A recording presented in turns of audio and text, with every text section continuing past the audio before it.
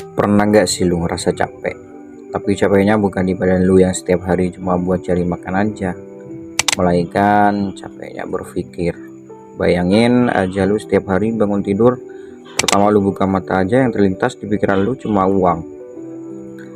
Bagaimana cara lu dapat uang yang hanya untuk makan hari ini, mau bayar hutang, mau bantu orang tua lu, yang sebenarnya untuk hidup lu sendiri aja sudah gak mampu. Dan lucunya lu masih dengerin orang-orang bodoh yang bilang uang bukan segalanya. Padahal dari lu bangun tidur aja sudah harus punya uang untuk melanjutkan hidup lu supaya nggak harus jadi pecundang selamanya. Hari ini gue mau ngajarin lu semua bukan untuk kaya mendadak. Gue mau lu ngerti satu hal dulu. Apa itu sebenarnya uang? Kenapa uang bisa ngebuat lu jadi pecundang? Dan kenapa uang gak bisa dipisahkan dari sejarah manusia? Sebenarnya apa sih itu uang? Uang itu bukan kertas, bukan angka biasa, tapi uang itu kesepakatan. Kesepakatan bahwa jika gua pegang ini, orang lain percayakan nilainya. Dulu itu sebelum ada uang, manusia itu melakukan sistem barter. Beras ditukar dengan ayam, bahkan ayam pun ditukar dengan kain. Masalahnya tidak semua orang butuh ayam. Gak semua orang punya waktu untuk tukar-menukar. Dan akhirnya manusia sepakat. Kita harus ada sesuatu yang mewakili nilai dan lahirlah emas, perak, dan koin. Dan sampai sekarang memakai uang kertas. Tapi meskipun hanya kertas, uang mampu membuat lu tersenyum atau bahkan lu hancur sehancur-hancurnya. Psikolog uang.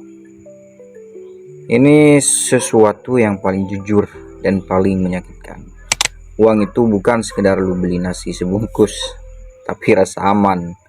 Saat lu nggak punya uang, lu merasa takut karena lu akan menjadi pecundang yang sangat rendah, bahkan lebih rendah dari ludah lu sendiri. Makanya uang sering kita bikin overthinking, insecure, iri sama pencapaian orang lain. Dan bahkan saat lu buka HP aja, lu akan melihat begitu banyaknya orang yang seumuran lu udah jauh di atas lu, dan lu sudah merasa pecundang yang gak layak untuk hidup.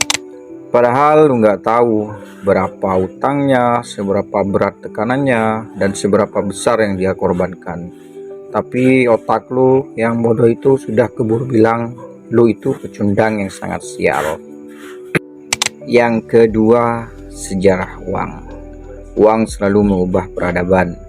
Perang terjadi karena uang, kerajaan runtuh karena uang, dan bahkan negara bangkit juga karena uang. Dan lucunya setiap krisis besar di dunia ujung-ujungnya tentang bagaimana uang disalahgunakan. Uang bukan jahat, tapi manusia yang serakah yang membuat uang menjadi monster. Dan hari ini anak muda lah yang paling disalahkan. Kok malas, kok nggak sukses? Padahal sistemnya berubah, harga naik, peluang makin sempit dan tekanan makin besar. Seharusnya lu sadar, lu itu terlahir sebagai kesatria, bukan sebagai pecundang yang hanya mengutin sisa-sisa. Kalau lo mau berubah, lu dengerin gue baik-baik. Lu itu miskin, lu harus ngerti apa itu uang. Lu harus belajar, karena uang kan selalu ada di sepanjang hidup lu. Mau lu suka atau gak suka. Oke, lu boleh sekarang belum ada uang. Lu boleh capek tiap hari kerja jadi budak orang lain.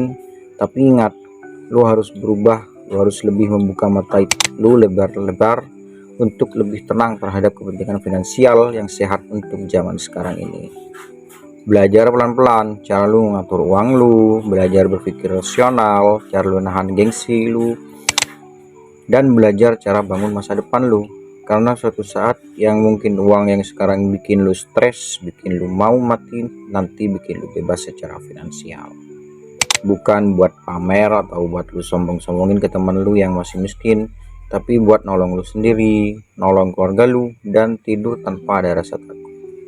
Dan saat itu datang mungkin lu akan berkata, gue hebat, bukan karena uang, tapi uang berhenti ngontrol hidup gue. Kalau lu ngerasa relate dengan hidup lu, berarti lu gak sendirian. Dan ingat, uang itu penting,